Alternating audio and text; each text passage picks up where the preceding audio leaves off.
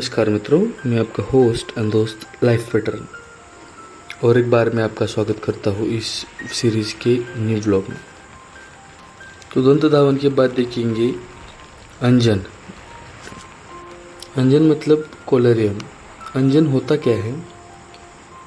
जो हम आँखों में काजल डालते हैं वैसे ही एक औषधि आँखों में डालना है, उसको अंजन बोलते हैं। तो उसके बेनिफिट्स, उससे क्या हमें बेनिफिट्स मिलते हैं वो आज हम देखेंगे। अंजन करने से क्या बेनिफिट्स मिलते हैं वो देखेंगे।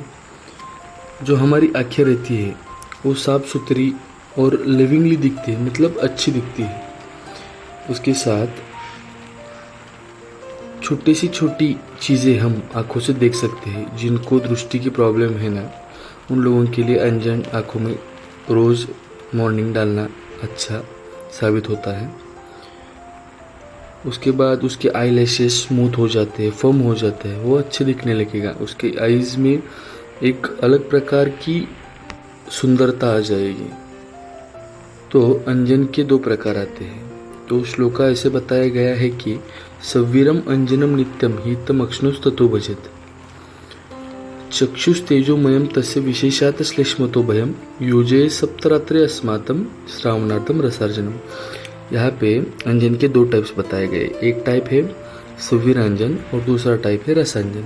सवीरांजन जो होता है वो डेली आँखों में डालना चाहिए और रसांजन जो होता है वो 7 दिन में एक बार रात्रि या नाइट को आँखों में एप्लीकेशन करना चाहिए। तो दिनचर्या के अगले पड़ाव में अंजन के बाद आता है नस्य। नस्य मतलब क्या है? एक ऑयल रहता है, उसका एडमिनिस्ट्रेशन उसको अपनी नॉस्ट्रिल्स में या नाक में डालना है। अंजन के बाद ये नस्य का प्रयोग करना है। तो अभी हम देख रहे हैं सुबह मॉर्निंग से ब्रह्म मुहूर्त से उठने के बाद, उसके बाद शौच विधि कैसा रहना चाहिए, उसके बाद दंत धावन या टीथ क्लीनिंग कैसे करना चाहिए, उसके बाद कोलेरियम क्या है, अंजन एप्लीकेशन, आँखों में काजल डालना क्या है, उसके बाद हम देखेंगे नाक में नस्य का एप्लीकेशन कैसे करना चाहिए, तो उसके बेनिफिट्स, उससे क्या मिलता है आज ये देखेंगे। यहाँ पे एक श्लोका बताया गया है, ततो नावने गंडूष धूमतांबुल भगभवेत। यहाँ पे उन्होंने सिक्वेंसली बताया गया है कि नावन, गंडूश, धूम, तांबुल, ये सभी प्रोसीजर्स अंजन या नस्य के बाद आना चाहिए। तो नावन मतलब क्या होता है? मतलब नस्य एप्लीकेशन, नाक में ऑयल एडमिनिस्ट्रेशन या औषधि का एडमिनिस्ट्रेशन, औषधि नाक में डालना मतलब नस्य होता है। उसके बाद गंडूश मतलब वो नाक में जो डाला हुआ ऑयल है, वो जो औषधि है वो गले में उतर जाएगी। तो उसके बाद हमें गंडूश करना है। तो गार्गिलिंग कैसे करना है ये भी प्रोसीजर यहाँ पे बताई गई है। उसके बाद धूमपान एक प्रोसीजर है, धूम्रपान नहीं, धूमपान। मेडिकेटेड जो स्टिक रहती है उसको धूमपान बोला गया है। उसके बाद आएगा तांबुल सेवन। तांबुल सेवन मतलब पान खाना या उसका प्रिपरेशन भी यहाँ पे बताया गया है। तो उसके बेनिफिट्स आज हम देखेंगे। अभी हम नस्य देखेंगे। तो यहाँ पे अणुतैलम ततो नस्यम ततो गंडूष धारणम। मार्केट में एक अणुतैल नामक ड्रॉप मिल जाएगा आपको आयुर्वेदिक शॉप में।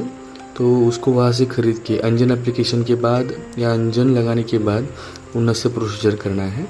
तो उसमें अणुतैल के एक नाक में 2 बूंद और दूसरे नाक में 2 बूंद ऐसे डेली उसका एप्लीकेशन उसको नाक में डालना है। तो उससे बेनिफिट आपको क्या मिलेंगे? तो आपके shoulder joint, neck and chest वो स्ट्रांग हो जाएगा। उसके बाद आपका वॉइस जो है वो स्वीट हो जाएगा, आवाज़ में मधुरता आ जाएगी। उसके बाद मुख से आने वाली दुर्गंधी, उससे भी राहत मिलेगी, वो कम हो जाएगा। माउथ बिकम फ्रेश, उसका आपका जो माउथ है, मुख है, वो फ्रेश रहेगा। और आपके जो सेंस ऑर्गन है, ज्ञानेंद्रिय जो बोलते हैं हम उसे, तो वो स्ट्रांग हो जाएंगे, उसको स्ट्रेंथ अच्छी मिलेगी। और उससे जो आपको ज्ञान का परसेप्शन होता है, उस ज्ञानेंद्रिय से जो आपको ज्ञान मिलता है वो ज्ञान आपको क्लियर मिल जाएगा। तो नस्य प्रोसीजर के बाद देखेंगे गंडूश और कवल धारण क्या होता है। तो गंडूश और कवल इन दोनों में बहुत छोटा सा एक डिफरेंस है। गंडूश मतलब क्या होता है कि मेडिकेटेड लिक्विड आपके माउथ में होल्ड करके रखना है, मुंह फुला के रखना है। उसकी गरारे नहीं करनी, उसको कुल्ला नहीं करना है, सिर्फ मुंह में होल्ड करके रखना है जब तक आपके आँखों से पानी नहीं आता है तब तक। और कवल धारण में आपको जो मेडिकेशन आपने मुख में रखा है, लिक्विड मेडिकेशन जो आपने औषधि जो है वो मुख में रखी है, उसको जब जैसे हम गरारे करते हैं ना, कुल्ला करते हैं, वैसे मूव करना है मुंह में। तो इन दोनों में ऐसा डिफरेंस है। तो सिंपली अभी कवल और गंडूस किससे करना चाहिए?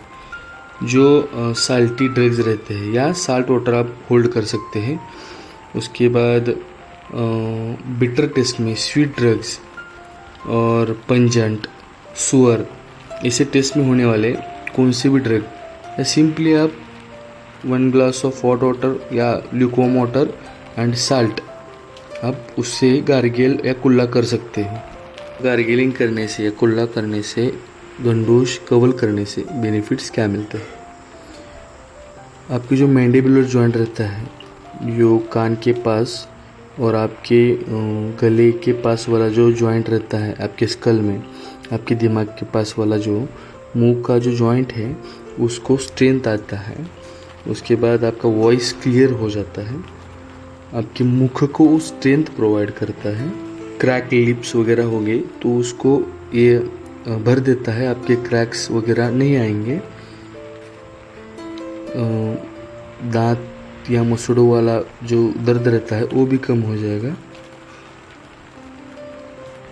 मुख से जो दुर्गंधी आती है, जो हाइपर सलाइवेशन होता है, मुख से जो लाल ज़्यादा आती है, तो भी वो कम हो जाएगा। गंडूस के बाद देखेंगे तांबुल सेवन क्या होता है। तांबुल सेवन मतलब जो हम पान खाते हैं वही पान खाना है, लेकिन उसको ऐसे तम्बाकू वगैरह डाल के नहीं खाना है। सिर्फ उसमें हम जो बीटल लीव्स रहते हैं, खाने वाले पत्ते, उसको लेना है। एक सुपारी जो होती है, पूरी सुपारी एक पान में डालना है, या बीटल नट हम जो बोलते हैं उसको। और जायफल करके या जाति फल करके जो एक फ्रूट आता है, उसको भी उसमें डालना है। थोड़ा लौंग, उसके साथ कर्पूर, उसके साथ कंकोल करके एक ड्रग आता है, कंकोल भी डालना है, पुदीना डालना है। तो तांबुल सेवन के बेनिफिट्स आपको मिलते हैं। आपका माउथ फ्रेश रहता है, टेस्टी, और मुख से गुड स्मेल आता है, एक अच्छा सुगंध आता है।